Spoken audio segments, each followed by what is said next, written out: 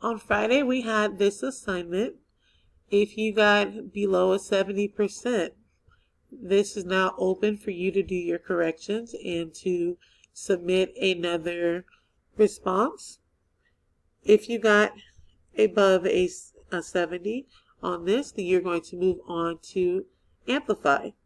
Now, some of us have not been logging into Amplify. I'm going to show you how you get there. You're going to click this app right here. I can see how long that you've been on this app and how often you are logging in. Starting this week, it is going to be counted as a grade whenever I assign your 15 minutes of Amplify. If you do not know your username and password, please send me a message and I will send it to you.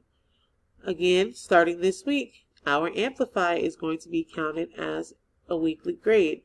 So please make sure you are logging in and doing your 15 minutes when it is assigned. So once you're done with corrections, then you're going to do 15 minutes of Amplify. If you don't have corrections to do, then you're going to go straight to 15 minutes of Amplify.